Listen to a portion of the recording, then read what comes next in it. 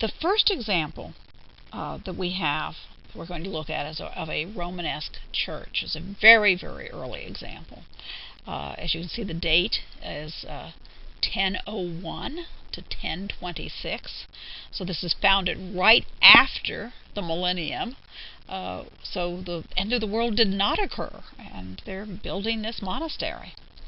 If you look at the picture, you will see that this looks like it's really in a remote location. It is. It's in the French Pyrenees. It's right up on the mountaintop. And, of course, most of the monasteries were founded out in a remote location. What happened, of course, is in some cases towns grew up around them, and I suspect that the reason that this monastery has survived so long and that we still have this very, very early Romanesque architecture is just because it is so remote, that it wasn't remodeled in a more modern style, that warriors didn't come and tear it down or burn it, or the land get used for something else in later, more modern times, or, as I say, rebuilt into, say, a Gothic structure. It's rather remote out there in the Pyrenees. Now, there's two stories in the church, and we're looking at the top story, which is, I guess, the main story. The crypt is below it, and I don't have any pictures of that, unfortunately. But when you look at this, you'll see the masonry.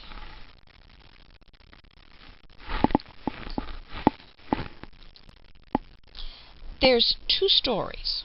The crypt is below, and what we're looking at is the second story, but it's really the church proper, as it were.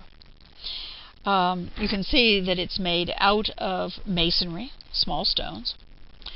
And if you look at the plan, you'll see that essentially you have three tunnel vaulted aisles. The one in the center, the nave, is no larger, it's no wider than the ones at the side. The church itself, what is supporting this arcade and supporting this vault, you have columns, very simple columns, and you have a sort of a pair of columns and two pair of columns on either side of the center aisle or the nave, and then there is large, heavy piers. And that's because it's most vulnerable to collapse in the center. So to make sure that it will stay up, as a very early example, just starting to vault, want some extra security, they put very, very heavy piers in the middle, and then they have a pair of columns, and then you're down to the apse end of the church. And as you can see, it's a triple apse, with the one in the center being a little larger, projecting outward a little bit.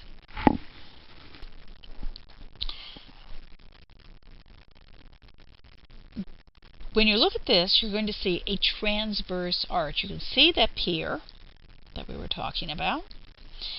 And attached to that pier is extra masonry, a shaft, or a pilaster, or think of just an extra layer of masonry. And it rises up to the springing of the vault. That's where the vault starts to curve. And then you have a transverse arch that goes across. It's just this masonry just continues across, and then, of course, comes down the other side. Something else that is very true of this building is that it's very, very dark inside. You're going to have very small windows at either end. They don't have any windows on the side, so it's going to be very dark. Basically, you would have had candlelight. Remember, they get up at night to say the divine office. So even during the day, it would be very, very dark. And so candles is what you would be using for your light source. In this particular picture, they now have electric light bulbs, so the apse is more brightly illuminated. It probably would have been more brightly illuminated because they would have had probably left some candles there, but it still would have been very dark. I should also mention that it's quite possible that the masonry didn't show that it was plastered. I don't know about this particular church, but we're going to see some examples where it's the plaster still survives.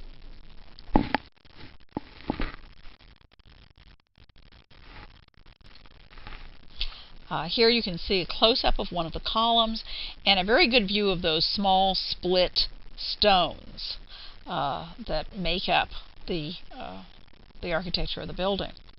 If you look beyond the columns, you can see a little detail of the transverse arch, both in the center aisle and on one of the side aisles. It seems to be a little lower. Our second example of the first Romanesque, or this very early Romanesque style, is a little bit later. It's in Cardona, in Spain, San Vicente de Cardona. And I believe it was a castle chapel. I think that's true. As you can see, it's begun just a few years after they finished St. Martin's. This one in 1029 to 40. And we're looking at the exterior of this. And you can see a really clear separation of parts. The building looks like it's made up of different geometric forms. You see the cylinder of the apse, and then a cylinder of a smaller apse coming out of a smaller chapel coming out of the transept. The transept looks like, you know, sort of a oblong, square, cubic shape with a gable on top. You can see the crossing tower, which is a polygonal shape. So when we're talking about the separation or the articulation of parts, it means that you can look at this, you can really see it, you can draw the plan from this. You also see those Lombard corbelled tables. In this case, you've got 2 arches, and then a long buttress or shaft or pilaster that comes down and is really pretty decorative. It probably also gives a little extra support. But basically it's giving you some articulation of the surface of the exterior, some vertical elements. And here you see details, and a little closer in. Corbelled table, the pilaster. And here we are inside. What you have is a tunnel vault with transverse arches. And once again, they call these either transverse arches or diaphragm arches because they support like the diaphragm in the body, or transverse because they're going from one side to the other. You can see that you have a pilaster that comes up the very heavy pier, and the transverse arch continues that across the vault, and of course then you have your pilaster going down the other side. When you have these repeated, you're starting to divide the nave into bays, into sections. And you're going to look at the wall and you say, okay, here's the section, here's division. You know, here's that pilaster, or later on colonnettes.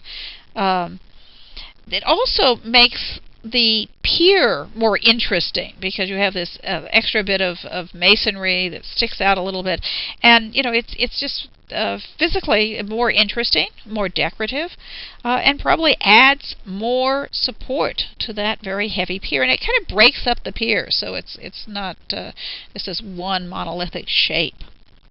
If you look up, you're seeing what was in that octagonal tower is a dome. It's a dome on squinches. You may remember we had squinches for San Vitale, and essentially squinches are not as elegant as pendentives. Essentially you put some masonry sort of like across the corners and then rest your dome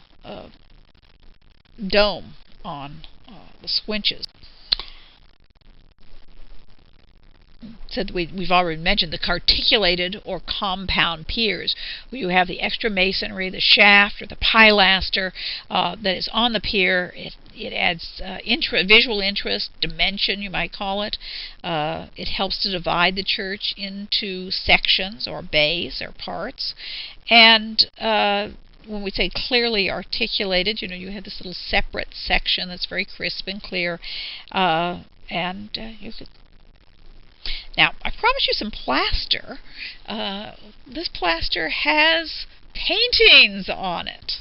This is in another, or was in another Spanish church. It's now in a museum. It's at Tahull, the Church of Sant Clement, and it is a fresco in the apse. Fresco is when you're painting on wet plaster. Essentially, first you have your masonry, which is rough. You put on a layer of rough plaster. You probably do your drawing on that. And then you put in wet plaster, whatever section you can do in a day. You don't do the whole wall. You do a section. And then the artist would take the pigments, which they may be ground up and mixed with water, and paint directly on this wet plaster. The plaster then would soak up the pigment, and as it dries, you have essentially colored plaster, a thin layer of colored plaster. And sometimes they'll survive for quite a long time. It is quite possible that these churches were stuccoed, plastered, and whitewashed on the outside, maybe even painted colors. But not, I don't think very much, if any, of the exterior plaster would survive. I read somewhere that stucco lasts about 200 years on the outside, so you're probably not going to find any. But occasionally inside we still have our wall paintings on the plaster. We can look here at the style. I use the words excuse me, I use the words iconic, like an image, you would never mistake this for a real human being, would you? Very, very frontal. In other words, he rigidly looks out at you. There's no twist to the body. Very heavy outlines, very linear, and the draperies have stylized patterns. They're rather wondrous patterns. Lots of fun, and I do think that it's very important that when you're looking at Romanesque art, whether it's carvings, whether it's paintings, that you do pay attention to the drapery style. This is one of the characteristics. The different artists have their own, I guess you say, quirks, their own handwriting in how they portray draperies, their own patterns. Sometimes they're almost like plaques or overlapping plates. And when I'm looking at the torso, that's what I'm reminded of, a particular style of carving, actually. Sometimes they're in little ridges. Sometimes they're just grooves. But pay attention to draperies. The images are stylized. And we are often fond of saying that when something is more abstracted, it can refer to a spiritual realm, because if you have painting or sculpture that imitates the physical material world, that's what it's doing. But here you have art that is, you recognize the figures, but certainly would never expect this person to be walking around.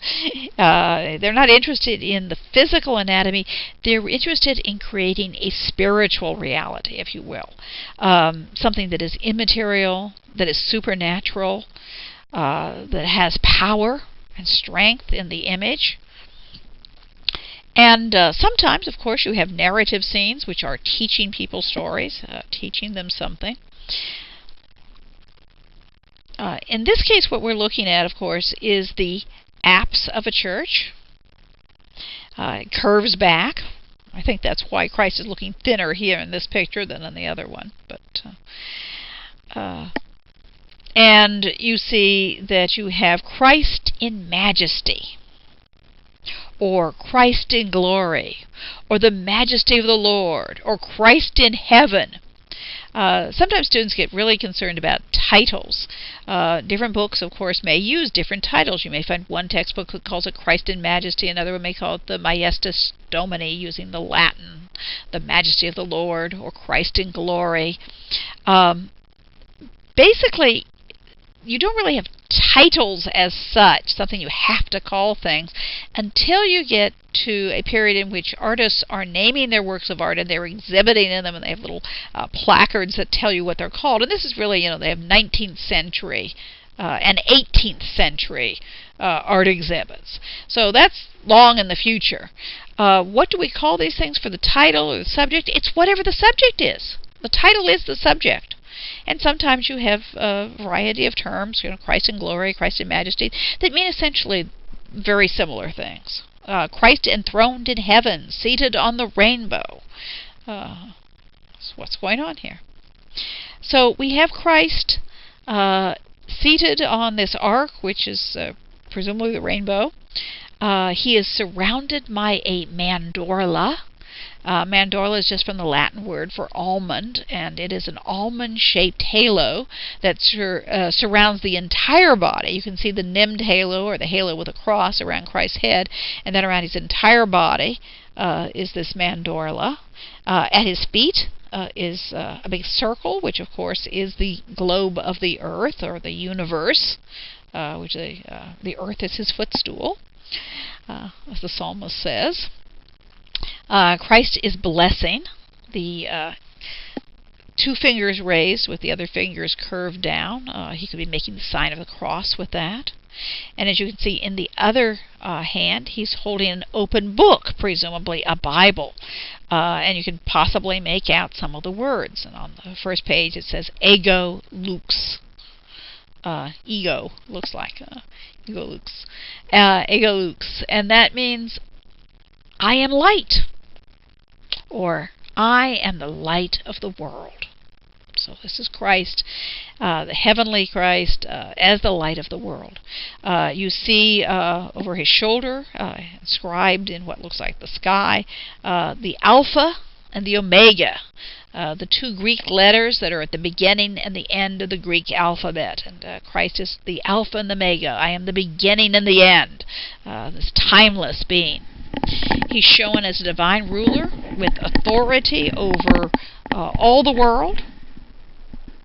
You have angels surrounding him, and you can also see, I don't think we see all of them, but you can see some of, yes you can see all of them, the evangelist symbols. On the far left, will be Christ's right, in that band of blue, you see a roundel, or a round image, that is the lion of St. Mark, the angel of Matthew, and it's a little hard to make out. I think that figure has an eagle with it, but I'm not positive, in which case it would be John. But then it looks like, you can see the horned animal with wings is probably the ox of St. Luke. So these are the creatures that in the book of Revelation, the book of Ezekiel,